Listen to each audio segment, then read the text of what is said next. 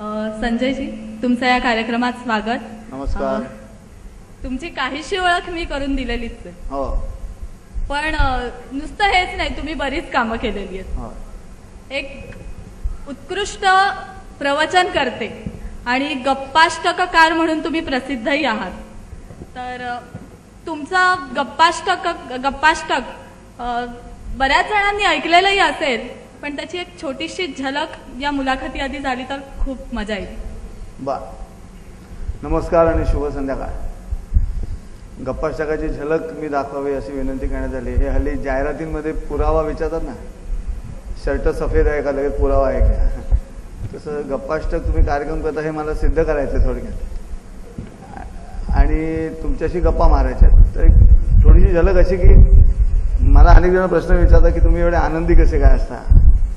मी नेहमीच आनंदात असतो, मस्त बिंदास 24 तास. आणि सकाळी जेव्हा जागा होतो त्यावेळेस मी खूपच आनंदात असतो. अनेकांनी मला विचारलं की तुम्ही एवढे आनंदी कसे काय. तर प्रामुख्याने सकाळी तर तुम्ही इतके प्रसन्न दिसता, तर त्याचं कारण आहे. त्याचं कारण आहे की परमेश्वराने मला झोपेत उचललं नाही. रात्री झोपेत जर उचललं असतं तर मला कळलं पण नसतं ना दुसऱ्या दिवशी सकाळी काय घडतंय, कोण रडतंय, कोण रडत नाहीये, कोण आनंदी आहे उपाधी गेले म्हणून. पहिलं कारण असं की श्रोतेहो, मी माणूस म्हणून जागा झालो हा काय कमी आनंदाचा क्षण आहे.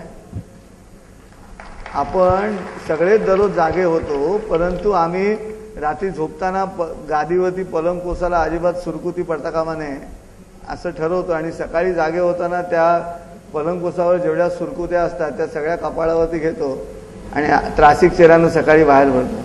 माणसांनी प्रसन्न असलं पाहिजे, आनंदात राहिलं पाहिजे. मन करारे प्रसन्न सर्व सिद्धीचे कारण, आणि तो सगळ्यात महत्त्वाचा मुद्दा असतो. मग हे सगळ्यांना जमणार आहे का, तर सगळ्यांना जमणार आहे. मग ते कसं जमवलं जातं तर तुम्हाला मी आयडिया सांगतो.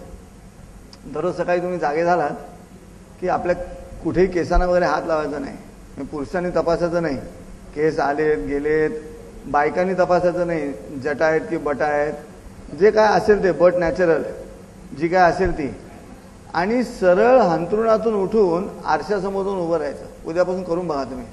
सकाळी जागे झालात की काही करायचं नाही, हात बीत चेहरा लावायचं नाही, काही नाही, सरळ आरशासमोरून उभं राहायचं आणि आपला चेहरा बघायचा. मी तुम्हाला लिहून देतो की तेवढा विनोदी चेहरा पुन्हा दिवसभरात दिसत नाही. तुम्ही उद्या करून बघाच. पहिला फायदा. दुसरा फायदा असा की दिवसभरात तुमचं काम काही नाही झालं, दिवसभरात तुमचं काम काही नाही झालं तर सकाळी सकाळी कोणाचं तोंड बघितलं होतं असं म्हणता येत नाही, कारण आपलाच चेहरा बघून आपण बाहेर. की आरसा म्हणजे पाणी आहे, आणि आरसा म्हणजे जर पाणी असेल तर सकाळी जागं झाल्यानंतर आधी स्वतःला पाण्यात बघा, म्हणजे दिवसभरात दुसऱ्याला पाण्यात बघावं लागत नाही. पाण्यात पाहताना चोरून या क्षणिक त्याचेच त्या कळाले तो राजहंस एक. कधी स्वतःला पाण्यात बघितल्यानंतर लक्षात आलं की तो राजहंस आहे. पण आम्ही तसे आनंदाने जगतच नाही. परमेश्वराचा नमस्कार सुद्धा आम्ही त्रासिक चेहऱ्यानेच करतो किंवा घाईघाईत करतो. तुम्ही बघितलं असेल कसे परमेश्वराला नमस्कार करतात लोक. ते रस्त्याने जाता असं असे नमस्कार करतात. आता कुठच्या खुणा कुणाला कराव्यात तेही कळत नाही. तुम्ही सांगा मला, असा हात दाखवून या खुणा काय देवाला करायच्या आहेत. बरं, परवा तर एका माणसानं असं केलं आणि असे हात फिरवले. मी म्हटलं हे काय केलं, म्हणाला प्रदक्षिणा मारल्या. देवळाच्या बाहेरच. देवळापुढून चालत असता चपला काढून रस्त्यावरती थांबलो मिनिटं 2, कारण पुन्हा कधीतरी देवळात जाईन तेव्हा देवानं मला विचारू नये आपण कोण. म्हणून आपण जाताना देवाला असा हात करतो आणि सांगतो की आत्ता मला यायला वेळ नाही, मी नंतर येतो. या नमस्काराला खरं नाही. परवा तर पुण्यामध्ये माझी रिक्षा एका स्कूटर वाल्यावरती आदळणार होती. नंतर कळलं ती वाली आहे, तो वाला नव्हताच. हल्ली काय कपड्यांमुळे फरक कळत नाही, मुलगा कोण आणि मुलगी कोण. त्यात मुलं पण आता कानात डूल घालायला लागल्यामुळे अजिबातच पत्ता लागत नाही. बरं, त्या मुलीनं पुण्यामध्ये काय सिग्नल द्यायची काही पद्धत नाही. महाराष्ट्रामध्ये मला वाटतं मुंबई सोडून बाकीच्या गावांमध्ये रस्त्यावरती सिग्नल द्यायचा असतो हाताने, अशी काही पद्धत नसल्यामुळे त्या मुलीनं सिग्नल मिळणं काही दिला नाही. असे स्कूटर मध्येच थांबवली आणि असं करून ती पुढे गेली. मी रिक्षावाल्याला विचारलं काय केलेलं तिने. तो म्हणाला काही नाही साहेब, परीक्षा चालू आहे. तिने दगडूशेठ गणपतीला नमस्कार केला. आता मी विचार केला की त्या दगडूशेठ गणपतीच्या मनात समजा असं आलं असेल की आपण ह्या मुलीला पास करावं, ते कुणाला पास करावं कसं कळणार? कारण हे बांधून ठेवलेलं, ते हल्ली बांधतात ना पोरी अतिरेक्यांसारखं. मग गणपतीला बारीक डोळे करून मला असं वाटलं की तो गणपती आता ती सोंड बाहेर काढून ते फडकं काढा आधी चेहऱ्यावरचं, कोणी नमस्कार केला ते तरी कळू दे. देवाला असा नमस्कार करतं काय कोण? असे बांधून ठेवलेलं. आणि परमेश्वर पण बारीक डोळ्यांनी कोणी केला नमस्कार अशी चौकशी करत राहतो. देवाचे द्वारी उभा क्षणभरी त्याने मुक्ती चारी साधी येल्या, स्वरूपता सलोकता समीपता आणि सायुज्यता या चारी मुक्ती मिळण्याचं सामर्थ्य त्या एका क्षणात आहे. पण तो हा नमस्कार नव्हे. आम्ही सगळे असे उथळत जगायला लागलो. आम्ही फार सखोल जगतच नाही, त्यामुळे अडचण आहे.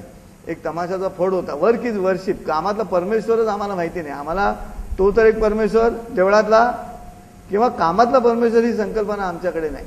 त्या एक तमाशाचा फोड होता आणि तो नायक पत्ते खेळत बसलेला आणि नायकीन आली ठुमकत ठुमकत सुंदर नटून. तर तिने बघितलं हा पत्ते खेळत बसला, मी एवढी नटून झाली माझ्याकडे बघतच नाही हा. मग ती त्याला म्हणाली पत्ते खेळतो बघून, म्हातारी मंडळी खेळती डाव सख्या बावन पाणी, तरुणपणीचा खेळ जयाचे नाव असे बावन खाणी ग ग ग ग. तर ती म्हणे विचार काय? तर ती म्हणाली शृंगाराला चल माझ्याबरोबर. तो म्हणतो नको मला पत्ते खेळायचे. ते म्हणे अरे वेड्या शृंगारामध्ये कृष्ण आहे, तू देवाला नाही म्हणतोस? तर तो म्हणतो तसं नाहीये, तुझ्या मनात शृंगार आहे म्हणून तुला त्यात देव दिसतो. माझ्या मनात पत्ते आहेत, मला पत्त्यात देव दिसतो. म्हणजे पत्त्यांमध्ये कसा काय देव दिसेल?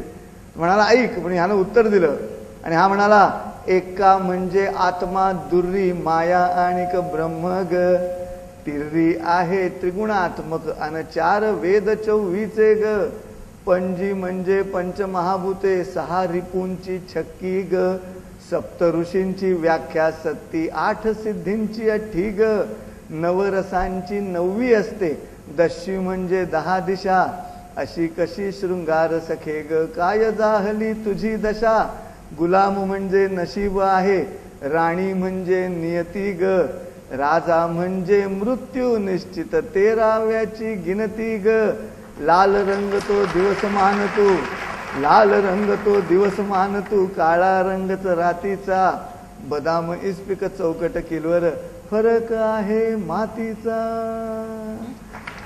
तो शोधला तर परमेश्वर आपल्या कामात सापडतो, आपण तो शोधत नाही इतकंच. क्लिप संपली. धन्यवाद. गप्पाष्ट तुम्ही बँकेत नोकरी करायचात आणि अवघ्या 35व्या वर्षी म्हणजे जेव्हा सगळेजण सेटल होतात आणि मग काही चिंता नसते त्यांना, अशा वेळी नोकरी सोडून गप्पाष्टक किंवा एक काहीतरी स्वतःचाच वेगळाच व्यवसाय निर्माण करण्याचा तुम्ही ध्यास घेतलात. तर हा प्रवास कसा होता? बँकेतली नोकरी आणि गप्पाष्टक हा प्रवास तुम्ही बँकेत नोकरी करत होतो त्यामुळे बोलायची सवय होती. बँकेत काम करणारे बोलतात खूप. बँकेत काम म्हणजे मस्त. बँकेमध्ये काम म्हणजे सर्व्हिस विथ स्माईल असं बोर्डावरती असतं आणि स्माईल आपापसात असतं. आणि बँकेमधला स्टाफ आहे ना तो खातेधारकाला कस्टमर म्हणतो. त्या काउंटरच्या ह्या बाजूला स्माईल आपापसात आणि त्या बाजूला कष्ट आणि मर गिराईकासाठी. नाही आयुष्यात काही गोष्टी अपघातानं घडतात आणि तसा अपघात नोकरी बँकेची सोडायची हा विचार होताच मनामध्ये. पण 16 वर्ष लागली त्याला तो निर्णयाचा क्षण येण्यासाठी. आणि एका रोहा नावाच्या गावी लायन्स क्लबचं फंक्शन होतं आणि तिथल्या लायन्स क्लबच्या मंडळींसमोर मी 1 तास गप्पा मारल्या. त्यांना त्या आवडल्या. मग आणखीन वाशीवाल्याने विचारलं आमच्या इथे कार्यक्रम कराल का? तर गप्पाष्ट करताना काय त्याला काही स्क्रिप्ट वगैरे काही नसतं. मी नुसता बोलायला सुरुवात करतो आणि लोक हसत असतात. वेगवेगळे विषय त्यात मांडत असतो. तर वाशीला कार्यक्रमाला सुरुवात झाली आणि पहिल्या रांगेतल्या माणसाने जोरात जांभई दिली 5-10 मिनिटांनी. तर आता पंचायत झाली की पहिल्या रांगेतल्या एवढ्या मोठ्यांनी जांभई देतो म्हणजे कार्यक्रम कंटाळवाणा चाललाय. मग मला एकदम विनोद सुचला. मी त्याला म्हटलं की मी कार्यक्रम करतोय तो तुम्हाला आवडतो की नाही आवडतोय. तर ह्या व्यक्तीने आता जांभई दिली याचा अर्थ त्याने मला निरोप दिला की तुमचा कार्यक्रम चांगला नाहीये म्हणून किंवा चांगला होत नाहीये म्हणून. पण काय मी वाशीमध्ये कार्यक्रम करतोय, मी वाशी या गावात कार्यक्रम करतोय, चांगला झाला तर तुम्ही म्हणणार वा, नाही तर म्हणणार शी, असं सगळे ओरडले. गप्पाष्टक असं बांधत गेलं एक एक विषय करत. आणि अशी परिस्थिती आली की 94 नोव्हेंबरमध्ये सुरू झालं आणि नंतर मी जाहिरात दिली गप्पाष्टक या नावाने, आणि त्याच्यानंतर मी बोलतोच आहे. आणि इतके कार्यक्रम आले होते हो की 95 जुलैमध्ये मी बँकेचा राजीनामा दिला. मी विचार केला की आता जर मी राजीनामा दिला नाही तर टिपिकल मराठी माणसासारखा मी जगेन आयुष्यभर खरडे कशी करत. आता मला प्रतिसाद मिळतोय तर आता का नाही धोका पत्करायचा. आणि तो धोका पत्करला. कॅनरा बँकेसारखी सगळ्यात सुखासीन नोकरी होती खरी, ती नोकरी सोडून देऊन गप्पाष्टक करायला बाहेर पडलो. आणि 1995-94 पासून आजता काय कार्यक्रम चालूच आहेत. देवाची कृपा आहे, त्याच्याशिवाय काही होत नाही. पण शेवटी तो क्षण होता धोका पत्करायचा, तो पत्करला मी. पहिला तुमचा जो कार्यक्रम झाला की नोकरी सोडून नुकताच तुम्ही जो सादर केला, तर कसा प्रतिसाद मिळालेला लोकांचा? कारण हे तुम्ही पहिल्या वेळीच करत होतात, त्यामुळे लोकांचा प्रतिसाद हेही तुमच्यासाठी खूप महत्त्वाचं असणारच. काय हे शब्दांचं दुकान आहे, आणि शब्दांचं दुकान असल्यामुळे येणाऱ्या गिराईकाच्या चेहऱ्यावरती त्याला काय माल हवा आहे हे वाचून मी ऐन वेळेला स्क्रिप्ट बदलत राहिलो. म्हणजे मी सुरुवातीला एक गाणं म्हणतो की बाजीराव नाना तुम्ही लग्नाला चला, लग्नाला चला तुम्ही लग्नाला चला, ह्याचं एक विडंबन गीत मी सादर करतो. पण हे मूळ जे गाणं आहे त्याच्यामध्ये कोल्हापूरची हळद नि सकू झाली बाळण, साताऱ्याचं वांग आणि पोर झालं पांग, चार जमल्या आया बाया मध्ये बसली ताई, तिची बोलायची घाई, तिची बोलायची घाई, तुम्ही लग्नाला चला, असं मूळ गाणं आहे. काय गंमत आहे गप्पाष्टकामध्ये, मी प्रेक्षकांमध्ये नजर टाकलेली असते आणि ती जी ओळ आहे की कोल्हापूरची हळद नि सकू झाली बाळण, आणि समजा प्रेक्षकांमध्ये मला एखादी अपंग व्यक्ती दिसली तर कोल्हापूरची सकू ती झाली बाळण नंतर येणारी जी ओळ आहे की पोर झालं पांग, ती ओळ मी ऐन वेळेला काढून टाकतो त्यातली. का तर तो शब्द त्या व्यक्तीला त्रास देऊ शकतो. पोर झालं पांग हे त्या अपंग व्यक्तीला प्रेक्षकांमध्ये त्रास देईल, अशी मी सगळ्या प्रेक्षकांची एकदम काळजी घेतो. लहान मुलं असतील तर त्यांच्यासाठी काहीतरी बोलायचं, आजोबा असले तर ज्ञानेश्वरीचं बोला, तरुण मुलं असतील तर काही वेगवेगळे विनोद सांगा, विनोदाच्या वेगवेगळ्या प्रकार करा, आणि त्यातून एक सूत्र करत जीवनातलं काही मार्गदर्शन करता येईल का असं करत. त्यामुळे अजून तरी देवकृपेनं असं घडलं नाही की माझा कार्यक्रम झाला आणि प्रेक्षक कंटाळले किंवा अर्धवट गेले किंवा आवडला नाही, असं देवकृपेनं घडलं नाही. वेगवेगळ्या कंपन्यांमध्येही तुम्ही कॉर्पोरेट कॅटलिस्ट म्हणून काम केलं, तर आपला जो कार्यक्रम आहे किंवा आपल्या कार्यक्रमाची जी एक थीम आहे शून्यातून विश्व, मला विचारायचं की शून्यातून विश्वाची नेमकी प्रक्रिया काय? कालचा कार्यक्रम मीही ऐकला असतो, धनंजय दातारांचा किंवा कौशल इनामदारांचा कार्यक्रम. पहिली एक गोष्ट नक्की करायला लागेल माझ्या मते, धनश्री, मुद्दा असा आहे की शून्य म्हणजे काय आणि विश्व म्हणजे काय याचं आधी गणित डोक्यात ठेवावं लागेल. दरवेळेला विश्व म्हणजे धनंजय दातार ज्या यशाच्या शिखरावर पोचले त्यालाच विश्व म्हणायचं का, की प्रत्येकाच्या त्या त्या पिंडे पिंडे मतिर्भिन्न, प्रत्येकाच्या रचनेप्रमाणे विश्वाची कल्पना वेगळी असणार आहे. त्यामुळे शून्य आणि विश्व यातल्या स्थानाला महत्त्व न देता त्याच्या मधला जो प्रवास आहे तो प्रवास लक्षात ठेवावा सांगलीकरांनी, अशी बाराखडी त्रिमितीची इच्छा आहे. ही बाराखडी काय आहे, यशाकडे घेऊन जाणारी बाराखडी काय आहे, आणि ती 3 डायमेन्शनल आहे का? आम्हाला बघताना ती 3 डायमेन्शनल पण हवी आहे. आणि म्हणून ह्या संस्थेनं हा जो अतिशय उत्तम उपक्रम राबवला गडद्यांच्या माध्यमातून, तर खरं तर आपण जोरदार टाळ्या वाजवून सीझन 4 आणि गडद्यां तात्यासाहेबांसाठी भरपूर टाळ्या वाजवा, अजिबात मोठ्यांनी कौतुक करा. तिकडे लोक अजून टाळ्या वाजवत नाहीत असं वाटतं, पण इतक्या जोरात टाळ्या वाजवायला हव्या. त्याचं कारण असं आहे की ह्या कार्यक्रमाच्या माध्यमातून तुम्हाला ती प्रोसेस कळली पाहिजे. इथे बसल्यामध्ये अनेक तरुण मुलं असतील, त्यांच्या मनामध्ये जबरदस्त इच्छा असेल, पण त्या इच्छेचं सातत्य भगवद्गीतेमध्ये जे प्रकार सांगितलेले आहेत, कर्ता, करण, कृती, अधिष्ठान आणि दैव, हे दैव 5वं आहे. भगवद्गीतेमध्ये दैव चैवात्र पंचमम असं म्हटलेलं आहे. दैव 5वं. आपण काय करतो, दैव पहिल्या नंबरावरती ठेवतो सगळेजण, आणि मग आयुष्यभर प्रश्नचिन्ह डोळ्यावरती ठेवत राहतो, डोक्यावरती फिरत राहतो. दैव पहिलं नाही, दैव 5वं. आधी कर्ता, आणि तुम्ही तयार हवाय. तुम्ही स्वतः मनामध्ये कर्ता म्हणून प्रथम पुरुषी तुम्ही काम करायला तयार आहात का, ती पहिली भूमिका निभावता आली पाहिजे. ही प्रोसेस आहे. दुसरं, तुम्हाला काय करायचं आहे त्याची कृती मनामध्ये निश्चित केलेली आहे का. मला समजा इथून सांगलीला यायचं आणि पुन्हा पुण्याला परत जायचं, तर पुणे हे शून्य आहे आणि सांगली हे विश्व आहे. तर हा पुणे सांगली प्रवास करत असताना मधले जे टप्पे आहेत की मी पुण्याहून किती वाजता निघणार आहे त्याच्यावरती मी मध्ये विरंगुळा नावाच्या ठिकाणी थालीपीठ खायला थांबायचं का, हा माझ्या प्रवासातला जो टप्पा आहे तसे मी टप्पे आधी निश्चित करता आले पाहिजे. त्याला करण असं म्हटलेलं आहे. आधी करता मग टप्पे निश्चित करायचे की काय क्रमानं मी जाणार आहे. आज 2010 साल आहे, 2013 साली माझं इथे दुकान हवं असा पहिला 3 वर्षांचा एक टप्पा मी निश्चित करायचा आणि त्यानुसार काम केलं की तेवढ्या टप्प्यापुरतं 2010 0 आणि 2013 हे तुमचं विश्व झालं. आता 2013ला तुमचं एक दुकान झालं किंवा तुम्ही जे ठरवलं ते यशस्वी झालात की 2013ला 0 करायचं आणि 2018 हा पुढचा 5 वर्षांचा टप्पा विश्व म्हणून घ्यायचा.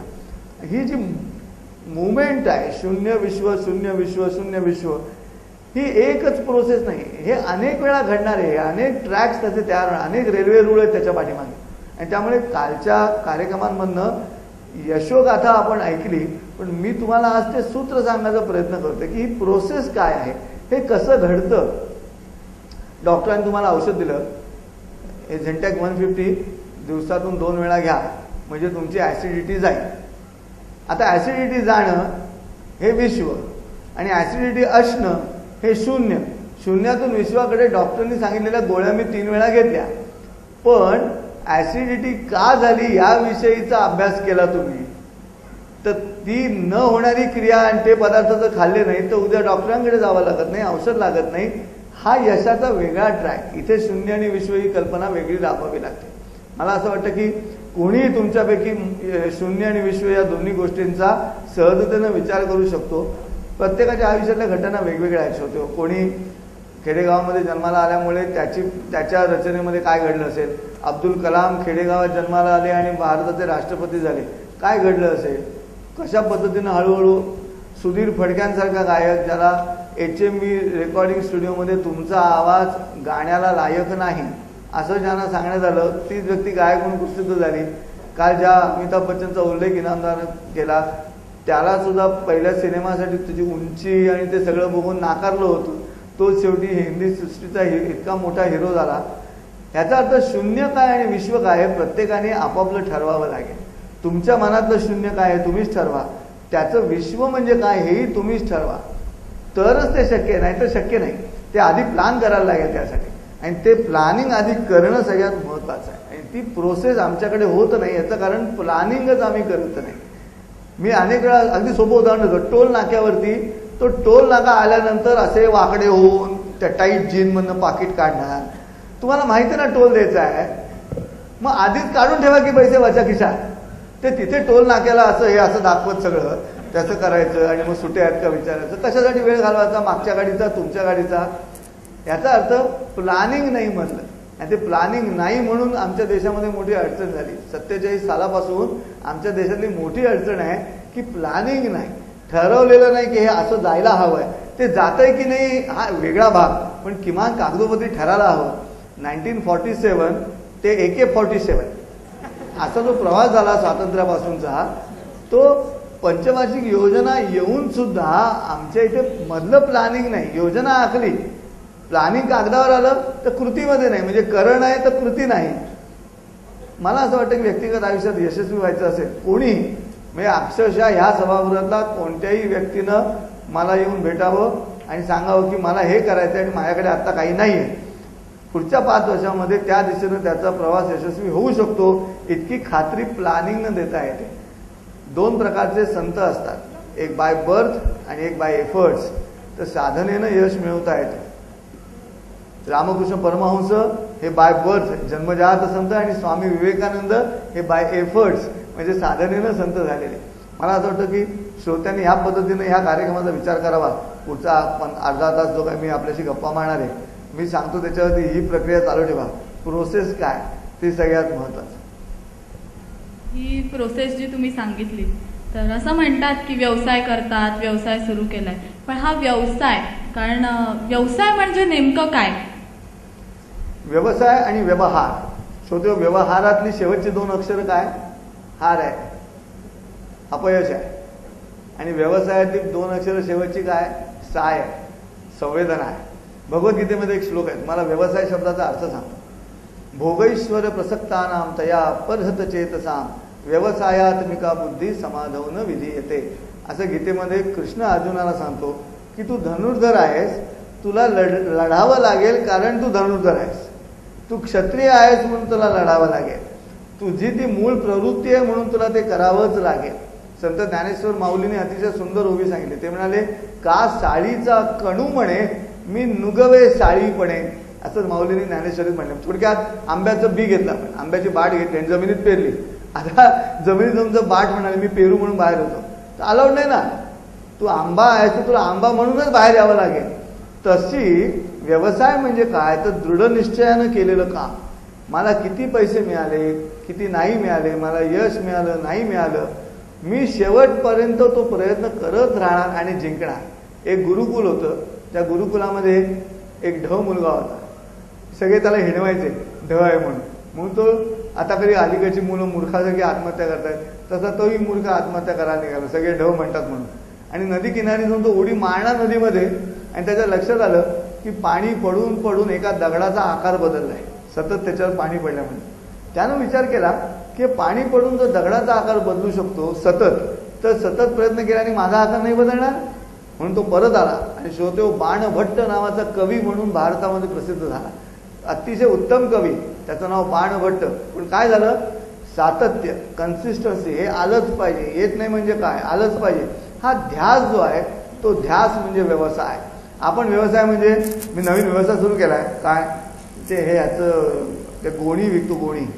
आणि गोणी काय रिकाम्या गोणी होतात तिकडे विकतो वगैरे व्यवसायाची रचना असेल. तो व्यवसाय नव्हे. ते सतत करतो का मी, ते सातत्यानं करतो का, की मला मध्ये तोटा आला म्हणून धंदा बदलला, असं करून चालणार नाही. धनंजय दादा काल म्हणाले तेच आहे की त्याच्या पाठीमागची चिकाटी सोडली की गडबड झाली. म्हणून ती चिकाटी न सोडणं या शब्दाचा अर्थ व्यवसाय, दुसरा अर्थ नाही. व्यवसाय म्हणजे तुम्ही काम करता आणि पैसे मिळवता त्याला व्यवसाय म्हणत नाही. व्यवसाय म्हणजे तुम्ही जे काम करता ते सातत्यानं मन लावून करता का, ते करत असाल तरच तुम्ही व्यावसायिक, नाही तर तुम्ही व्यावसायिक नाही. म्हणजे प्रतिकूल परिस्थिती असूनही जर ज्याची इच्छाशक्ती प्रबळ असेल तो नक्कीच शून्यातनं विश्व निर्माण करू शकतो. तसं व्हायलाच पाहिजे. आम्ही 2 in 1 आहोत माणसं सगळी. जनावरं तसं करत नाही. त्यामुळे मी गवत खाणार नाही असं एकदा सिंहाने ठरवलं की तो मरतो पण तो गवत काही खात नाही. त्याला व्यावसायिक दृष्टी म्हणतात. आपल्या इथे तसं नसतं. आपल्या इथे हे नाही तर ते नाही तर ते. पण काय प्रत्येकाचा स्वभाव आहे तो, आणि तो स्वभाव त्याला ट्रेनिंग दिलं तो बदलता येतो अशी माझी खात्री आहे. आमच्या देशामध्ये ते ट्रेनिंग दिलं जात नाही म्हणून अडचण आहे. शिक्षणामधून ते ट्रेनिंग द्यायला पाहिजे तेही आमच्याकडे देत नाही म्हणून मोठी अडचण आहे. सायन्सला ऍडमिशन मिळाली नाही, अरे बापरे. कॉमर्सला ऍडमिशन मिळाली नाही, अरे बापरे. मग आम्ही आर्ट्सला गेलो. मग आर्ट्सला जाऊन काय केलं, आम्ही शिक्षक झालो. आणि मग महाराष्ट्रातल्या मुलांची आणखीन विल्हेवाट लागली. याचं कारण जे शिक्षक आले त्यांनाच मार्क मिळवण्याची इच्छा नव्हती. ते विद्यार्थी असताना, शिक्षक विद्यार्थी असताना त्याला इच्छा आहे का मार्क मिळवण्याची, तरच तो मुलांना शिकवू शकेल ना. तो मुलांच्या अंगात ते बाणवूच शकत नाही, कारण तो विद्यार्थी असताना काय होता हाच महत्वाचा प्रश्न आहे. ही सगळी प्रोसेस आम्हाला बदलायला लागेल या कार्यक्रमाच्या माध्यमातून. म्हणून बाराखडी असं नाव घेतलं मला आवडलं उल्हासने या संपूर्ण रचने संस्थेचं. याचं कारण ती बाराखडी आम्हाला सांगायला लागेल. ती आमच्या शेतकऱ्यांना सांगितली गेली नाही, आमच्या शिक्षकांना सांगितली गेली नाही, आमच्या पोलिसांना सांगितली गेली नाही, आमच्या पालकांना सांगितली गेली नाही, कोणालाच ती सांगितली जात नाही. आणि ते काम राजकीय पक्षांकडनं होणार नाही याची खात्री आता झालेली आहे. तेव्हा आपल्यालाच काहीतरी करावं लागणार आहे. शोधून या पद्धतीनं काय करायला लागेल ते बघू. पुढच्या गप्पांमध्ये सांगता आलं तर त्याचा उपाय आहे आपल्याकडे. एक थोडासा वेगळा प्रश्न मी विचारते. तो म्हणजे आपण हे जे काही कार्यक्रम सादर करतो किंवा या कार्यक्रमाला अशी उपस्थिती दाखवून नोकरी आणि व्यवसाय यांच्यातला फरक किंवा लोकांची याबद्दलची मनोवृत्ती अशा कार्यक्रमांमुळे बदलू शकते. स्फूर्ती मिळू शकेल. म्हणजे हा कार्यक्रम आता जे ऐकतात कालपासून इथे अनेक जण बसलेले असतील. त्यातल्या कोणाला व्यवसाय सुरू करायचा असेल, कोणाला आता IAS व्हायचं असेल किंवा MPSCच्या परीक्षा द्यायच्या असतील. एक लक्षात घ्या की ह्या कार्यक्रमाचा हेतू काय फक्त उद्योग करणाऱ्या मंडळींसाठी ते असं नाही. अभ्यास करणारी मुलं, नोकरी करणारी मंडळी, नोकरीमध्ये प्रमोशन अभ्यासामध्ये मी चार्टर्ड अकाउंटंट होणार आहे किंवा IAS ऑफिसर होणार आहे, ही सगळी रचना आहे. पण मला असं वाटतं की कार्यक्रमाच्या माध्यमातून स्फूर्ती जाऊ शकेल एखाद्याकडे. माझी अशी इच्छा आहे गडगे साहेबांना, तात्यासाहेबांना, की ट्रेनिंग सेंटर्स जर डेव्हलप करता आले, हे कार्यक्रम करायचे. हा कार्यक्रम म्हणजे कसं आहे, ते धावायची स्पर्धा असते ना, तशी धावायची स्पर्धा आहे. बंदूक घेऊन कोणतरी उभा आहे आणि on your mark get right go show, कार्यक्रम सुरू झाला. पण नंतरच्या ट्रॅकमध्ये कसं धावायचं, श्वास कसा घ्यायचा, वळणावरती कसं शरीराला बेंड करायचं, अशा पद्धतीचं ट्रेनिंग जर सांगलीमध्ये सुरू करता आलं की काय नाही, व्यवसायाचं ट्रेनिंगच. तुला व्यापार करायचा आहे, तुला IAS ऑफिसर व्हायचं आहे, तुला BComला पहिलं यायचं आहे, तुला चार्टर्ड अकाउंटंट व्हायचं आहे, तुला LLB व्हायचं आहे, तुला शेतकरी व्हायचं उत्तम, काय करता येईल. शेतकऱ्याची ही जी मनोवृत्ती झाली अलीकडच्या काळामध्ये आत्महत्या करण्याची, कृषी प्रधान देशामध्ये शेतकरीच कृश झालेला, अशी दुर्दैवाची परिस्थिती आमच्या देशात निर्माण झाली. ह्या सगळ्याची रचना ट्रेनिंगनी बदलता येईल. ते प्रशिक्षण आपल्याकडे दिलं जात नाही, ते प्रशिक्षण देणं अत्यंत आवश्यक आहे. आणि ते जर दिलं तर बदल घडू शकतो मोठ्या प्रमाणावरती. शेवटी असं आहे की यशस्वी माणूस ही जमात नेमकी काय असते, यशस्वी माणूस ही जमात नेमकी काय असते, ते थंडगार पौष्टिक दूध नसून तापलेल्या दुधावरची साय असते. दूध नुसतं पौष्टिक आहेच श्रोते हो, दुधाला कोणीच ना, प्रत्येक माणूस हा पौष्टिक आहे, प्रत्येक माणसाच्या अंगात कर्तृत्व आहे, प्रत्येक माणसाच्या अंगात यश दडलेलंच आहे. ते बाहेर काढण्याची क्रिया प्रशिक्षणाने येते. दूध कसं आहे, दूध पौष्टिक आहेच, पण त्या दुधाला तापवावं लागतं. एका विशिष्ट तापमानामध्ये दूध वरती आल्यानंतर लक्ष ठेवावं लागतं. ते भांड्याच्या बाहेर उतू जाणार नाही. साईनं पूर्ण तोंड भरलं पातेल्याचं की मग गॅस बंद करायचा. याचा अर्थ दुधाला काय केलं आम्ही दुधाला ट्रेनिंग दिलं. कशासाठी ट्रेनिंग दिलं दुधाला, साय येण्यासाठी. घ्या फोटो काढून. एकमेका सहाय्य करू अवघे धरू सुपंथ. मी हलताना माझे फोटो काढले तर चांगले येत नाही. तो एक चांगला आला होता त्याच्यावर लग्न ठरलं.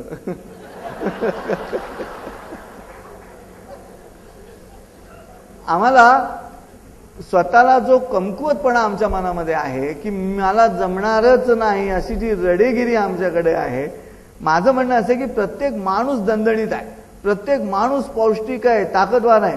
त्याला ट्रेनिंग द्यावं लागेल, दुधासारखं त्याला तापवावं लागेल, प्रशिक्षित करावं लागेल. नुसतं शिक्षित असून चालणार नाही, प्रशिक्षण द्यावं लागेल त्याला. आणि प्रशिक्षण दिल्यानंतर मग खरी गंमत येणार आहे. त्याच्यावरती जी व्यवसायाची साय धरेल ती नंतर धरणार आहे. नुसत्या थंडगार दुधावरती कुठे साय असते काय, तसं माणसाचं असतं. व्यवसायातली साय जर तुमच्यावरती धरायला हवी असेल तर त्याला प्रशिक्षण द्यावं लागेल. आणि जर असे सज्जन माणसं अशा पद्धतीनं समाजहितासाठी काम करण्यासाठी तत्पर असतील तात्यासाहेबांसारखी, तर त्रिमितीसारख्या संस्था भरभरून कार्यकर्त्यांसहित पुढे येतील मदत करायला. खूप गरज आहे आज समाजाला, त्या ट्रेनिंग सेंटरची गरज आहे. म्हणजे मग कोणी आत्महत्या करणार नाही. त्याला आधीच ट्रेनिंग दिलेलं असेल की आत्ममग्न होऊ नकोस, आत्मकेंद्री झालास की तू आत्महत्या करतोस, बाहेर पड. अधिक केले वजा केले काही ठेवले नाही उणे, एक येतो आणि सांगून जातो चार येतात बेदोणे. शून्य जरा पुढे लावले तर झाली त्याची किंमत मोठी, पाठी लावून बघितले जरा तर झाली शेवटी माझीच खोटी. गुणून पाहिले भागून पाहिले बाकी शेवटी राहतेच आहे, एक येतो आणि सल्ला देतो चिन्हच तुमचे चुकते आहे. थांबून पाहिले कोणते चिन्ह कसले बरे आहे चिन्ह, चिन्हा तो दिसलो मजला मी, कारण मीच आहे एक प्रश्नचिन्ह. तर जे प्रश्नचिन्ह आहे ते आम्हाला दूर करता आलं पाहिजे आणि त्याचं उत्तर प्रत्येकाकडे आहे. ते कसं आहे ते पुढच्या 10 मिनिटात सांगेन मी. स्पर्धा जी आपण रोजच्याच आयुष्यात बघत असतो, अशी ही स्पर्धा, तसंच ईर्ष्या आणि असूया, या 3 शब्दांमधला फरक नेमका काय? स्पर्धा, ईर्ष्या आणि असूया आमच्या प्रामुख्याने महाराष्ट्रामध्ये एकमेकांविषयीची असूया, सख्या भावंडांमध्ये पण मोठ्या प्रमाणावरती असूया. म्हणजे गुजरातहून आलेल्या व्यापाराला मी माझा कापूस विकेन पण माझ्या धाकट्या भावाला देणार नाही, असे भीष्मप्रतिज्ञा करणारे भाऊ आपल्या इथे पुष्कळ आहेत. दुर्दैव असं आहे की याचं कारण असूया मनात आहे. बघा, असूया ही नेहमी माणसाचं नुकसान करते, असूया ही माणसाला दुष्ट बनवते, असूया ही समोरच्या माणसाचं नुकसान करून मी जिंकेन, तो काळा आहे म्हणून मी गोरा आहे असं जी सांगते ती असूया. ईर्ष्या कोणती, तर ईर्ष्या म्हणजे त्याने जेवढं यश मिळालं तेवढंच यश मी मिळवून दाखवतो, त्याचं नुकसान न करता इथे मुद्दा आला ईर्षेचा. आणि स्पर्धेमध्ये आमचे दोघांचेही छान व्यवसाय आहेत की आम्ही दोघंही एकाच ऑफिसमध्ये आहोत आणि आमचा प्रवास चालू आहे. शाळेचे मार्कांची जशी स्पर्धा असते, कधी तो पहिला असतो, कधी मी पहिला असतो. निकोप पद्धतीनं एकमेकांकडे बघण्याची क्रिया, मैत्रीपूर्ण पद्धतीनं बघण्याची क्रिया, आणि ती क्रिया घडली तर ती स्पर्धा. कारण दोन मित्रांमध्ये स्पर्धा आहे पण वैर नाही. कसली स्पर्धा आहे? हा पहिला की मी पहिला, यावर्षी मी गणितात जास्त मार्क मिळवणार, तू मिळवतोस का बघूया, ही स्पर्धा झाली. त्याच्यानंतर ईर्षा, काय त्यांनी 92 मिळवले, काय मी बघतो जाता पुढच्या खेपेला की मला 93 कसे मिळतील, हे चिडून त्या म्हणजे त्याला कमी मिळावेत अशी इच्छा. असूयेमध्ये त्याच्या नावाने तक्रार करणं किंवा त्याच्या अभ्यासामध्ये अडथळा निर्माण करणं ही असूया. त्यातले पहिल्या जो स्पर्धा आहे तिथे निकोप आहे आणि ती सात्विक वृत्ती आहे, नुसती स्पर्धा आहे.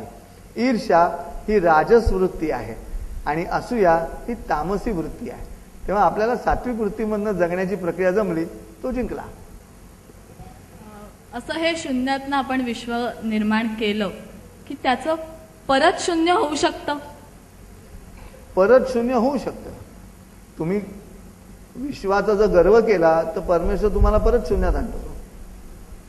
मी उदाहरण सांगतो मला. मी BCom, diploma in business management, diploma in computer science, Marathi विषय घेऊन MA ला संशोधन विषयात मुंबई विद्यापीठात पहिला, कॅनरा बँकेत कॅशियर, युनियन लीडर कॅनरा बँकेमध्ये. आणि मी लिहिलेलं गाणं सुधीर फडके यांनी गायलं.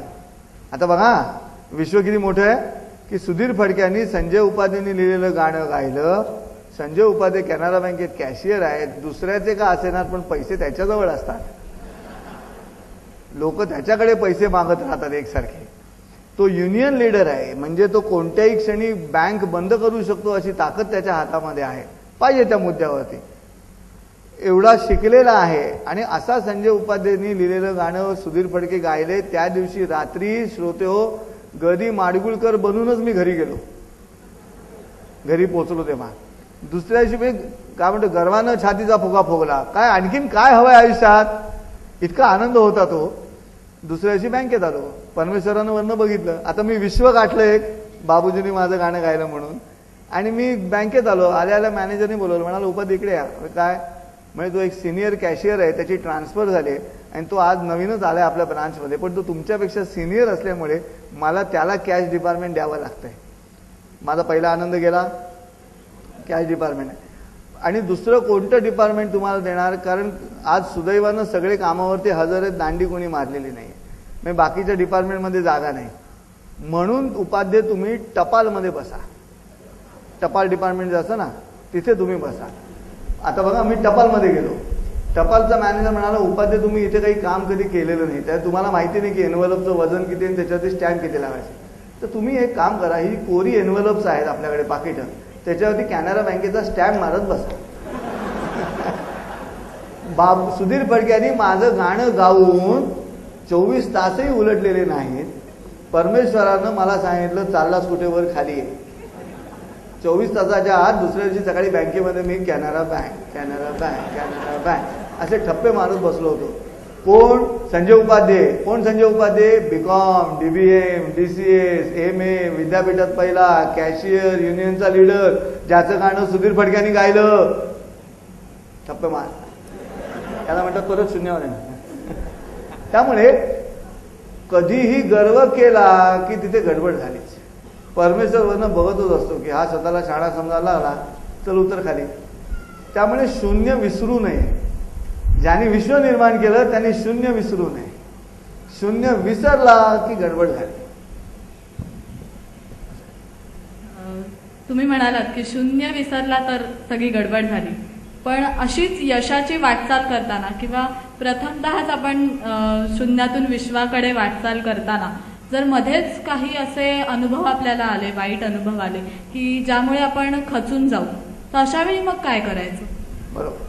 आता हे मध्ये खचून जाणं जे आहे, त्या खचून जाण्याच्या वेळेला पुन्हा उभारी घेण्याची जी क्रिया आहे ती घेताना सकारात्मक दृष्टिकोन, त्या घटनेकडे सकारात्मक पद्धतीनं बघता येतं का, स्वतःच्या उणिवांचा पण उपयोग करून घेता येतो का, दुसऱ्याच्या उणीवांचा पण उपयोग करून घेता येतो का, ही रचना ज्याला जमली तो यशस्वी झाला. जो स्वतःच्या उणीवांचा उपयोग करून घ्यायचा किंवा सकारात्मक पद्धतीने जगायचा. अमेरिकेमध्ये एक रायफल शूटर होता, त्याचं नाव विसरलो मी. तर रायफल शूटर 10 मध्ये 10 सगळ्या बरोबर मारायचा, गोळ्या मारायचा. आणि एका स्पर्धेमध्ये त्याला 8च बरोबर मारता आल्या, 2 त्याला मारता आल्या नाही. तर लगेच पत्रकाराने विचारलं की तुम्ही दरवेळेला 10 गोळ्या मारणारे, आज तुमच्या 2 चुकल्या कशा काय. तो विचारतो कुठच्या 2. मी कुठच्या 2 म्हणजे नाही, 8चीच कॉम्पिटिशन होती, 10ची कॉम्पिटिशनच नव्हती म्हणाला. पत्रकार म्हणतात नाही 10 गोळ्यांची कॉम्पिटिशन होती, तुम्ही 8 गोळ नाही म्हणाला, 8चीच होती. तेव्हा पत्रकारांनी खोदून खोदून विचारतो म्हणाला, अहो त्या 2 माझ्या चुकलेल्या गोळ्या जर मी लक्षात ठेवल्या ना तर पुढच्या खेपेला माझ्या आणखीन 2 चुकतील. मला हे विसरता आलं पाहिजे, माझं अपयश मला विसरता आलं पाहिजे. आणि ज्या दिवशी अपयश विसरता येतं तेव्हा परत यश तुमच्या समोर उभं राहतं. आपण काय करतो, ते अपयश सतत लक्षात ठेवतो. अपयशाचं विस्मरण ह्याच्यासारखी दुसरी आनंदाची गोष्ट नाही. मी एसएससीला प्रिलिमला 3 विषयात नापास होतो. एसएससीची जी प्रिलिमची परीक्षा होती त्या 3 विषयात नापास होतो. मला अजून आठवते.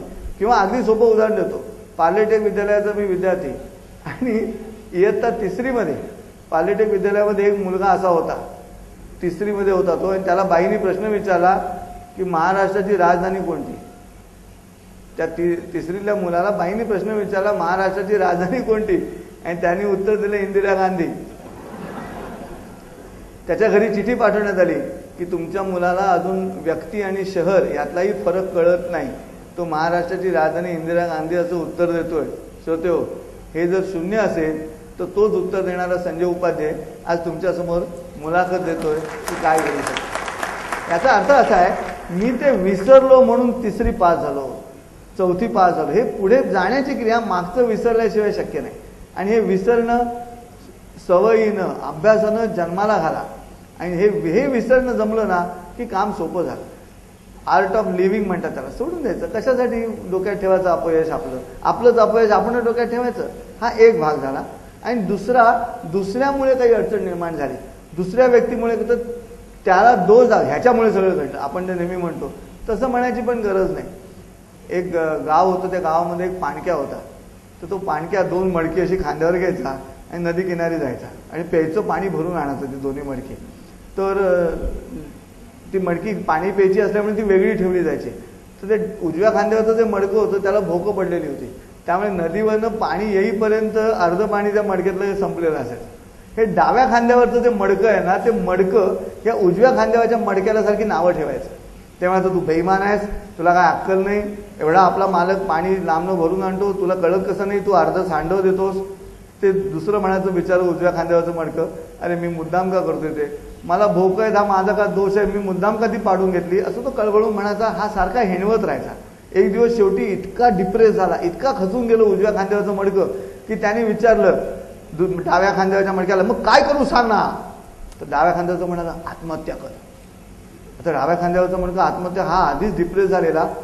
आणि खरंच ह्यांनी मध्यरात्री उजव्या खांद्यावरच्या मडक्याने फळीवरनं खाली उडी मारली की एकदाच फुटूनच जाऊ, नशीब फुटकं आहे, आता सगळंच फुटून जाऊ दे म्हणून त्यांनी उडी मारली खाली. आणि त्या मालकाने त्याला झेललं खाली. झेलल्यानंतर मालक त्या मडक्याला विचारतो, अरे काय करतोयस तू. तू खांद्यावरचं मी आत्महत्या करतोय. डाव्या खांद्यावरचं मडकं सारखं मला म्हणते तू बेईमान आहेस, तू काय करतोस हे म्हणून. तर मालक म्हणाला, अरे वेड्या, तुझ्यामुळे तर गावकऱ्यांनी माझा सत्कार केला. तो उजव्या खांद्यावरचं मडकं एकदम असं तजेलदार झालं. म्हणजे माझ्यामुळे तुमचा सत्कार केला, मालकाचा सत्कार माझ्यामुळे, काय कारण आहे. म्हणजे काय झालं, जेव्हा मला कळलं की तुला भोकं पडलेली आहेत, मी नेहमी तुला उजव्या खांद्यावर घेतलं आणि नदी किनाऱ्यापासून गावापर्यंत जो पायवाट आहे तिथे फुलझाडांच्या बिया टाकल्या वाटेवरती.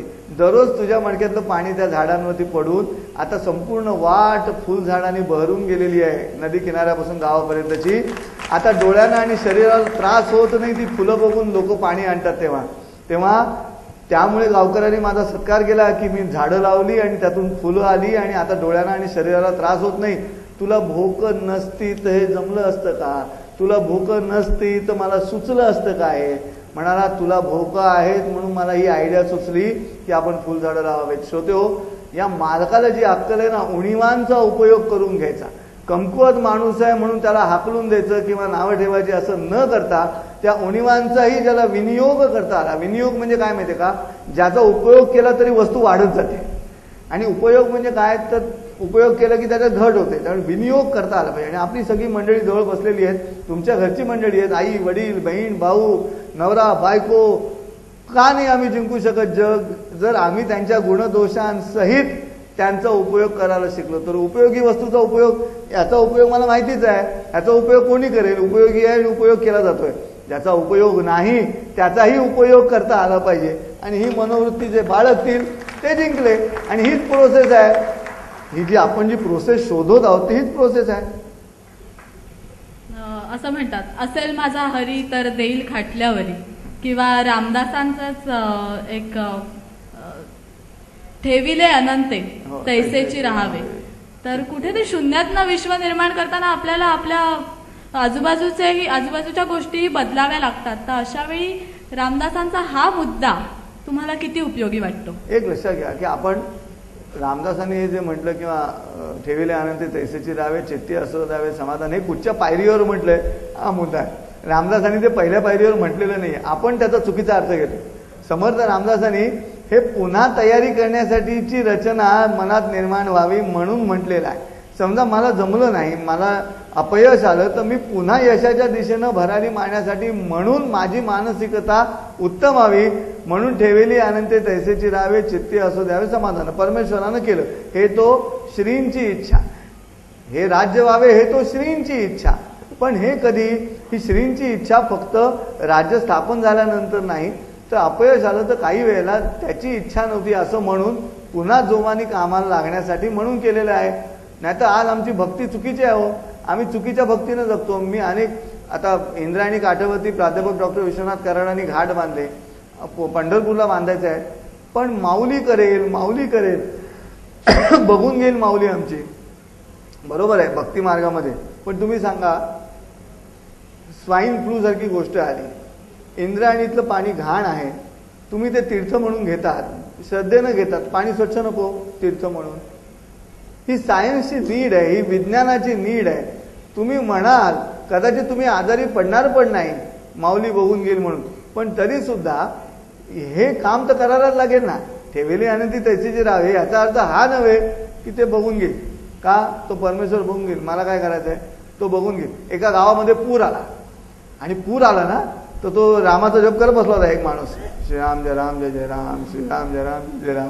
गावकरी आले, चल चल पूर आहे, पळ पूर आहे असं तरी म्हणा, जा आयुष्यभर मला छळलं तर आता कशाला वाचवायला येते मला, हा राम बघून गेल माझा. म्हणलं श्रीराम जय राम. पाणी चढलं, गळ्यापर्यंत पाणी आलं, तसा माडीवर जाऊन बसला. बोट आली, बोट, लाईफ बोट गव्हर्नमेंटची, अरे चल ना बुडशील, गावात पाणी शिरतंय, तू जा, काही गरज नाही मला तुमची, आयुष्यभर छळलं मला, राम वाचेल माझा, श्रीराम जय राम जय जय राम श्रीराम. पाणी डोक्यावर गेलं, छपरावर जाऊन बसला. गव्हर्नमेंटचं हेलिकॉप्टर आलं, हेलिकॉप्टरनी शिडी खाली सोडली, अरे शिडीला पकड मरशील, हा जा तुम्ही, राम बघून गेल माझा. हेलिकॉप्टर काही वाचवू शकलं नाही, हा बुडून मेला. आता रामाचं नाव घेतलं म्हणून स्वर्गात गेला. एवढ्या वेळा रामाचं नाव घेतलं तर स्वर्गात गेला. स्वर्गात गेला तर प्रभू रामचंद्र समोर उभे. याने विचारलं, मी एवढ्या वेळा नाव घेतलं, तुम्ही आला नाहीत मला वाचवाला. राम म्हणाले, मी 3 वेळा येऊन गेलो, तू नाही म्हणालास. काय, मी 3 वेळा येऊन गेलो, तू मला ओळखलं नाहीस. देईल असेल माझा हरी तर देईल खाटल्यावरी. अहो वाघाला सुद्धा उड्या मारायला लागतो तो. हरिण आणि ससा काय घाबरून त्याच्या तोंडात शिरत नाही, 2-4 उड्या तर मारायला लागतातच ना, त्या प्रत्येकाला लागणार आहेत. त्यामुळे मी काहीच हालचाल करणार नाही आणि सगळं आपोआप दारामध्ये येईल, हा भ्रम आहे. त्यामुळे रामदासांनी ही भूमिका अशासाठी सांगितली की तुम्ही हे सगळं केल्यानंतर जर तुम्हाला यश मिळालं नाही तर पुन्हा यशाची तयारी करण्यासाठी जो मधला पॉज लागतो, जो मधला एक वेळ लागतो, तो वेळ ह्या श्लोकानं अंमलात आणायचा. की ठीक आहे, ठेविले अनंते तैसेची राहावे, आता ठीक आहे, पण मी पुन्हा प्रयत्न करणार आहे. आणि तो पुन्हा प्रयत्न करण्याची तयारी म्हणून हा श्लोक आहे. हा श्लोक म्हणजे निष्क्रिय होण्याची दिशा नव्हे. शून्यातून विश्व ही प्रक्रिया फक्त पुरुषांच्याच बाबतीत घडू शकते का, किंवा स्त्रियांच्या बाबतीत घडू शकते? स्त्रियांच्या बाबतीतही घडायला हवी, किंबहुना स्त्रियांच्या बाबतीत घडायलाच हवी आज.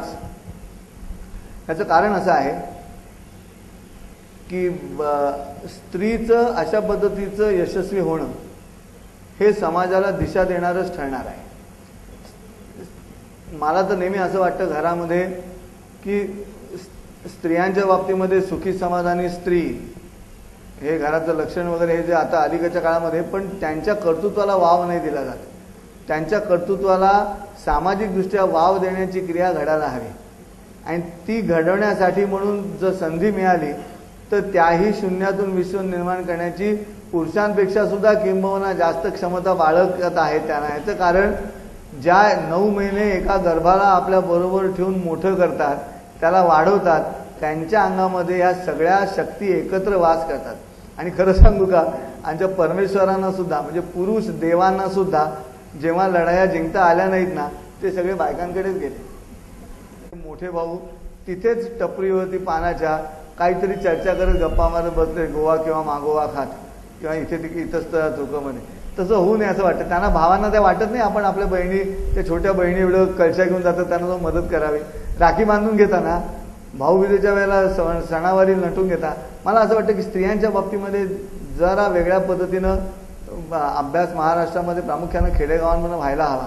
नाही तर होते का की या सगळ्या तरुण मुली ज्या आहेत या सिरियल मधल्या बायकांना बघतात आणि त्यांचं अनुकरण करायला लागल्या, त्यामुळे नुसती बटच अशी गडबड होते.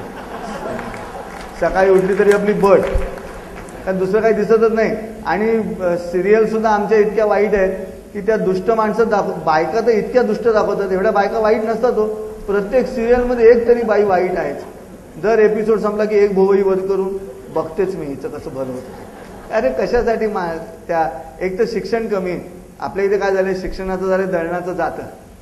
दळणाचं जातं असतं ना, ते म्हणजे जातं ते 2 दगड म्हणजे आईबाप, खुंटी शासनाचा अभ्यासक्रम, फिरवतात शिक्षक, निवडणुकीच्या कामाला किंवा जनगणनेच्या कामाला गेले नसले तर, आतमध्ये विद्यार्थ्यांचं धान्य आणि बाहेर पडते विद्यापीठ. अशा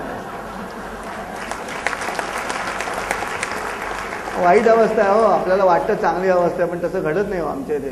त्यामुळे स्त्रियांच्या बाबतीमध्ये हा मुद्दा अधिकच प्रखरपणे मांडला गेला पाहिजे की शून्यातून विश्व निर्माण करताना काय घडायला. 12वीचे रिझल्ट लागतात तेव्हा शहरांमधून मुलीच पहिल्या आलेल्या असतात, पण खेडेगावांमध्ये जिथे भारत मोठ्या प्रमाणावरती खेडेगावांमध्ये आहे, गावांमध्ये आहे, तिथे या पद्धतीचं ट्रेनिंग. पुन्हा तोच मुद्दा आला, एम्पॉवरमेंट ऑफ गर्ल्स, मुलींचा उद्धार, अशा पद्धतीची काही संस्था जर तात्यासाहेबांनी सुरू केली तर सांगलीमधल्या अशा पद्धतीनं पंचक्रोशीमधल्या मुलींना 5वी पासून 10वी पर्यंत मध्ये काय जग जिंकायचं असतं, कसं जिंकायचं याचं ट्रेनिंगच देता येईल आपल्याला, उत्तम पद्धतीने राबवता येईल.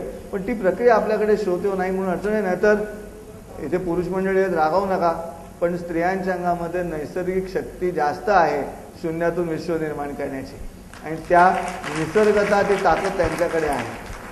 त्याला इंग्लिशमध्ये मल्टीटास्किंग म्हणजे एकाच वेळेला अनेक कामं करण्याची क्रिया. की इथे पोळी उलटली, इकडे दूध उतरवलं, तिकडे काहीतरी कालवलं, हे जे एकाच वेळेला अनेक कामं, पुरुषाला ती जमत नाही. पुरुष एक मार्गी झापडं लावले ह्या असं म्हणजे असाच. तसं घडत नाही बायकांचं. इकडे तेवढं पोरगं रडतंय, त्याला कडेवर घ्या, दरडाव फटकाव किंवा त्याला काहीतरी कर, असं एकाच वेळेला ते शूटिंग करून बघा की एकाच वेळेला ती स्त्री काय काय कामं करत असते. याला मल्टीटास्किंग. आज मोठमोठ्या कंपन्यांमध्ये मल्टीटास्किंग करणाऱ्या माणसाला करोडो रुपये पगार आहे, 1-1 कोटी रुपये वर्षाचा पगार आहे. का तर तो मल्टीटास्किंग करतो, म्हणजे तो ह्याही डिपार्टमेंटचं काम करतो, तो त्याही डिपार्टमेंटचं करतो. कारण का, स्टाफ वाचतो. 5 जणांना 25-25 लाख देण्यापेक्षा एकाच माणसाला मी 25 लाखामध्ये जर काम करायला मिळाला मला तर तो हवा असतो. ते मल्टीटास्किंग जे आहे ते मल्टीटास्किंग स्त्रियांकडे जास्त असतं. त्यामुळे इथल्या उपस्थित सगळ्या स्त्रियांनी याच्यावरती अत्यंत प्रामाणिक विचार करावा आणि आपल्या मुलीला तसं तयार करावं. आता ज्या स्त्रिया 50च्या पुढच्या आहेत, 40च्या पुढच्या आहेत, त्यांना ती संधी मिळाली नसेल तर त्यांनी कटाक्षानं आपल्या मुलींना तसं तयार करा, अशी माझी नम्र सूचना आहे त्यांना, की मल्टीटास्किंग तयार करा. शेवटचा प्रश्न विचारण्याच्या आधी एक छोटासा प्रश्न.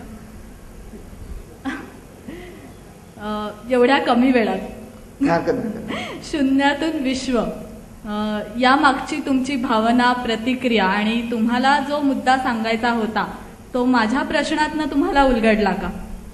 हो, एक तो उलगडला. तुमची ओळख करून देतो मी ह्यांची.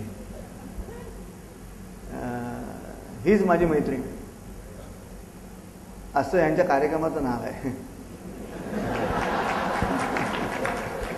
आणि ETV वरती तुम्ही ह्यांना बघत असाल, ETV वरती हीच माझी मैत्रीण नावाचा जो कार्यक्रम चालतोय तो सूत्रसंचालन ह्या करतात. आणि त्यामुळे ह्यांनी विचारलेल्या प्रश्नांमधनं एकदा जोरदार टाळ्या त्यांच्या त्या ETVच्या परफॉर्मन्सला, आणि जरूर बघा तुम्ही, त्यांनी विचारलेल्या प्रश्नातून उल्हासच्या मनामध्ये, विनायकच्या मनामध्ये, जे मगाशी त्रिमिती बाराखडीवाल्यांचा सत्कार झाले त्या सगळ्यांच्या मनामध्ये जो मुद्दा आहे, किंबहुना विक्रमच्या मनामध्ये, विक्रमने खूप पुढाकार घेतलाय, तर मला असं वाटतं की ह्यांच्या मनामध्ये तो जो प्रश्न आहे अशा पद्धतीने येणार, तो प्रश्न मी माझ्या उत्तरातून मांडण्याचा प्रयत्न केला. ह्यांच्या प्रश्नांनी मला सपोर्ट केल्यामुळे ते साध्य झालं. पण श्रोते, अजूनही मला तुम्हाला सांगायचं आहे, एक गोष्ट लक्षात ठेवा की जगण्याची प्रक्रिया जी आहे ती मी यशस्वी आहे असं म्हणत रात्री झोपलात तरच सकाळी यशस्वी माणूस जागा होतो. रात्री झोपताना वैताग आहे असं करत जर तुम्ही झोपलात तर सकाळी पण वैतागच जागा होतो, दुसरं काही जागा होत नाही. कारण झोपेमध्ये मग उलट जगातले सगळे वैताग तुमच्या दिशेने येतात रात्री. हा हा हा वैताग आहे, चला ह्याच्याकडे जा, ह्याच्याकडे जा. तुम्ही जर यशस्वी असाल तर सगळं यश तुमच्या दिशेनं धावावं लागतं. त्यामुळे एक तर एकदम उत्साहात जागा. प्रत्येक जणाने अशी कल्पना करू नका की धनंजय दातार, कौशल्य इनामदार जे कोणी आहेत त्यांचं विश्व म्हणजेच विश्व असं नाही. माझं एक उदाहरण देतो तुम्हाला. मला पोलिओ झाला लहानपणी. माझा चेहरा खूप बाकडा होता, माझी एकच भुवई उडते, ही भुवई हलतच नाही. मला कोणी विचारलं की तुम्हाला एकच भुवई कशी काय अडवता येते, तर मी सांगतो मी भरतनाट्यम शिकत होतो, अर्धवट सोडून दिलं. त्याने दुसरी भुवई शिकायचीच राहून गेली, अशी मी गमतीनं सांगतो. पण मला पोलिओ झालेला. आणि तुमच्या माहितीसाठी सांगतो की मला कळायला लागल्यापासून लहानपणी किती 7-8 वर्षाचा असेल, मी 2-2 तास तोंडामध्ये पाणी घ्यायचो आणि असं 2-2 तास ठेवायचं. मी खोटं बोलत नाही. आणि असं करून मी माझा चेहरा सरळ केला. नाही तर मला सगळे चिडवायचे, गोरा गोरा बारीक डोळा, कारण मी हसायला लागलो की डोळाचा बारीक व्हायचा. आणि शाळेत तर खूप मार खाला लाईन मारतो म्हणून. पण ज्या शिक्षकांना ठाऊक होतं की नाही हसला की डोळा बारीक होतो. पण शून्यातून विश्व नाही. तुम्ही मला सांगा की माझा चेहरा आता तुम्हाला दिसतो आहे इतका मी सरळ केला, हे माझं विश्व. आणि माझा चेहरा वाकडा होता ते शून्य, तर मी शून्यातून विश्व निर्माण केलं की नाही? मी केलं. म्हणून त्याला असं स्टँडर्डाईज पकडू नका की ह्याच्याकडे ही गाडी आहे म्हणजे ह्याचं विश्व झालं, असं नाही. प्रत्येकाच्या धावपट्टी जी आहे त्या धावपट्टी प्रत्येकाची वेगवेगळी असणार आहे, मान्य करावं लागणार आहे, त्याला पर्याय नाही. आणि ती धावपट्टीनुसार मी जिंकलो का हे महत्वाचं, मी पूर्ण केली का रेस हे महत्वाचं, मी माझ्या गावामध्ये मी ह्या पद्धतीनं जगून मदत केली का, तर मी मदत केली. मग मी आंतरराष्ट्रीय स्तरावरती प्रसिद्ध आहे की राष्ट्रीय स्तरावरती प्रसिद्ध आहे की मी गावात प्रसिद्ध आहे, हे मुद्दे गौण ठरतात, हे छोटे ठरतात. मी माझ्या व्यक्तिगत आयुष्यामध्ये इथे होतो आणि इथून तिथे जायचं ठरवलं, चांगल्या कामात, वाईट कामात नव्हे. तर तो म्हणेल मी सुरुवातीला फक्त पाकिटच मारत असे, नंतर मी दरोडे घालायला लागलो, मी शून्यातून विश्व निर्माण केलं, तर तसं होत नाही. का मी सुरुवातीला नगरपालिकेमध्येच लाच खात असे, आता मी नंतर राज्यसभेत निवडून गेलो, विधानसभेवर गेलो आणि मग मी मोठी लाच खायला लागलो. असं होत नाही. आता आमच्या राज्यामध्ये असं घडतं म्हणजे तुम्हाला कल्पना येणार नाही, इतके हुशार मंडळी असतात. शून्यातून विश्व असं निर्माण करण्यामध्ये काही अर्थ नाही. ते फायलीवरती लिहितात अप्रूव्ड, मग अप्रूव्ड लिहायचे पैसे घेतात फाईल पास करायला. मग ते पैसे आले नाहीत म्हणून त्याच पेनानं अप्रूव्डच्या मागे नॉट लिहितात, NOT नॉट, म्हणजे नॉट अप्रूव्ड. मग पैसे आले दिलेले की मग त्या नॉटच्या पुढे ई लिहितात आणि नोट अप्रूव्ड. असं एकदा अप्रूव्ड, एकदा नॉट अप्रूव्ड, एकदा नोट अप्रूव्ड. असंही शून्यातून विश्व निर्माण करणारे काही कमी नाही. मुद्दा असा आहे की सत्शील असणं हा प्रत्येकाचा उपजत गुणधर्म असायला हवा. लबाड माणसं जगात असणार आहेत, आपण त्यांच्याकडे दुर्लक्ष करू आणि आपल्या डोळ्यासमोर ही भूमिका ठेवू की मला शून्यातून विश्व निर्माण करायचं आहे. म्हणजे काय करायचं आहे त्याचं प्लॅनिंग आधी ठरवा. मी काय करायचं ठरवलं, याला ते ठरवून ते गाठलं की त्या यशाचं शून्य करायचं, हे तो श्रींची इच्छा म्हणून त्याच्या पुढचं विश्व निर्माण करायचं. अशा मोठमोठ्या उड्या मारत मस्तपैकी प्रसन्न चेहऱ्याने जगायचं. दररोज सकाळी कोणी विचारलं कसं काय, अरे फर्स्ट क्लास आयुष्य आहे, मस्त, काही प्रॉब्लेमच नाही असं म्हणता आलं पाहिजे.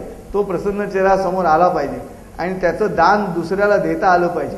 ट्रिब्यूट डिस्ट्रीब्यूट करता आला पाहिजे. संत तुकारामांना ऊस मिळाले, सगळ्यांना वाटत आले. घरी बायको आली, एकच दांडकं उरलं ऊसाचं. बायको इतकी संत आपली महाराजांची, तुकाराम महाराजांच्या बायकोने दांडकं घेतलं आणि तुकाराम महाराजांनाच फटका मारला तर त्याचे 2 तुकडे झाले. तुकाराम महाराज म्हणाले, मला माहिती होतं तू एकटी खाणार नाहीस. कुठेतरी ते आपट्याचं ते तू माझ्यावर आपटलं. सो तो आयुष्य असं आनंदाने जगता आलं पाहिजे. तुम्ही किती पैसे मिळवले हा महत्वाचा मुद्दा नाही, तुम्ही आनंदी आहात का, जे जगताय तिथे तुम्ही आनंदी आहात का. जो माणूस जिथे जगतो तिथे आनंदी आहे ते त्याचं विश्व आहे. शून्याचा शोध नंतर घेता येईल आपल्याला, पण जिथे आहात तिथे आनंदी आहात का, तृप्त आहात का, तो समाजच सगळ्यात सुदृढ आणि सगळ्या जगाला आनंद देणारा. तुम्ही तृप्त नसाल, सारखं हवंय हवंय हवंय हवंय करण्यात काय अर्थ नाही. एक गुजरात शेटजी होता, तो जप करायचा, नोटा मोजायचा, भरपूर नोटा मोजून कंटाळला, देवळात गेला, जप करायला लागला, एकटाच बसला होता देवळात आणि एकदम असं हसणं ऐकू आलं. पहिलं तर देवच हसत होता. मी ह्याने विचारलं देवाला का रे हसतोयस, तो नाही चालू दे चालू दे. पुन्हा देवाने विचारलं का रे हसतोयस, तो काही नाही, तुझं मोजणं नाही थांबलं. आधी नोटा मोजत होतास, आता माळ मोजतोयस, म्हणजे मोजणं चालूच आहे. ज्या दिवशी मोजणं थांबेल त्या दिवशी तू खरा जिंकलास. ज्या दिवशी तुझं मोजणं थांबलं पाहिजे, मोजणं चालू ठेवण्यामध्ये काही अर्थ नाही. ही जिंकण्याची प्रक्रिया आहे. तुम्ही तुमच्या सगळ्यात झालेल्या कार्यक्रमांतून अपंग पुनर्वसनासाठी आणि अनाथ मुलांसाठी 21 लाखांचा निधी संकलित केला. तर त्यामागची भावना काय होती? नाही, टाळ्या नका वाजवू. हा टाळ्याचा मुद्दा नाही, हा माहिती एवढ्यासाठी कर्तव्याचा मुद्दा आहे, हा कर्तृत्वाचा मुद्दा नाही. थोडा विचार करावा. मुंबईच्या मध्यमवर्गीय घरामध्ये जिथे थोडंसं वाचन अभ्यास होता, त्या घरामध्ये 3-2.5 वर्षाचा मुलगा असा रडायला लागला. 2.5 वर्षाचा मुलगा. घरामध्ये वाचन होतं, घरामध्ये ज्ञान होतं की अरे ह्याच्या चेहऱ्यावर काहीतरी परिणाम झालाय, याला बहुतेक पोलिओचा अटॅक येतोय, म्हणून त्याला पटकन उचलून डॉक्टरांकडे नेण्यात आलं. डॉक्टरांची फी द्यायची, पैसे द्यायची स्थिती होती. डॉक्टरांनी उचललं त्याला, कडेवर वाचलास रे पोरा म्हणून फटाफट इंजेक्शन दिली. त्या पोलिओच्या मोठ्या अटॅकमधनं मी वाचलो परमेश्वरी कृपेनं. त्याचा उतराई होण्यासाठी म्हणून अपंग मुलांना अशा पद्धतीनं मदत करता येईल का, ती आता मी करत आहे. आणि त्यामुळे त्याच्या पाठीमागची भावना एवढीच होती की मला परमेश्वरानं दिलेला ट्रिब्यूट डिस्ट्रीब्यूट करता येईल का, जास्त दाबाकडनं कमी दाबाकडे जाता येईल का. पाणी आणि वारा जसा जास्त दाबाकडनं कमी दाबाकडे जातो, तसं ज्ञान आणि पैसा हे जास्त दाबाकडनं कमी दाबाकडे जाता येईल का. श्रोत्यो, टाळ्या अशासाठी वाजवू नका की ही जी कृती आहे ती फारच क्षुल्लक आहे, ती फार महत्वाची नाही. आता कार्यक्रमात ह्याच्या नंतर येणारी जी व्यक्ती आहे ती व्यक्ती म्हणजे अशा पद्धतीच्या कामाचा हिमालय. मी किमान मला पैसे मिळाल्यानंतर मिळणाऱ्या पैशांचा विनियोग करत मग मी लोकांच्या मदतीला जाण्याची क्रिया घडली. इथे मुळातच शून्य होतं, त्या शून्यातून विश्व निर्माण करणारी व्यक्ती आज तुमच्याशी गप्पा मारायला येणार आहे. त्यामुळे माझे 21 लाख रुपये मी अपंगांसाठी दिले, हे अक्षरशः दिवसा सूर्य कैसा दिसतो हे पहा मी तुम्हा दावितो, ऐसे जर काजवा रात्री म्हणतो तर तो एक मूर्ख. त्या मूर्खाची अवस्था माझी आहे. आज तो समाजसेवेचा सूर्य तुमच्या समोर आता येणार आहे आणि त्यांचं नाव आहे सिंधुताई सपकाळ. तेव्हा त्या सूर्यापुढे मी काय बोलणार, पण मला असं वाटतं की या निमित्ताने सिंधुताई सपकाळांना आपण व्यासपीठावरती आमंत्रित करूया. माझं भाग्य की मला त्यांना आमंत्रित करायला मिळतं आहे आणि सिंधुताई सपकाळांशी तुमच्या गप्पा तुम्ही त्यांच्या ऐकल्यात की तुमच्या लक्षात येईल इथे जमलेल्या प्रत्येक माणसाच्या रगारगामध्ये, प्रत्येक मज्जातंतूमध्ये असा चेव येईल की नाही आपणही काहीतरी आयुष्यात करायलाच हवं, आपणही काही आयुष्यात करायलाच हवं. आणि मला खात्री आहे की असे येणारा जो चेव आहे तो सांभाळून ठेवा, तरच ते पुढे शक्य आहे. आपण आमंत्रित करूया सिंधुताई सपकाळ. आई ये ग बाई.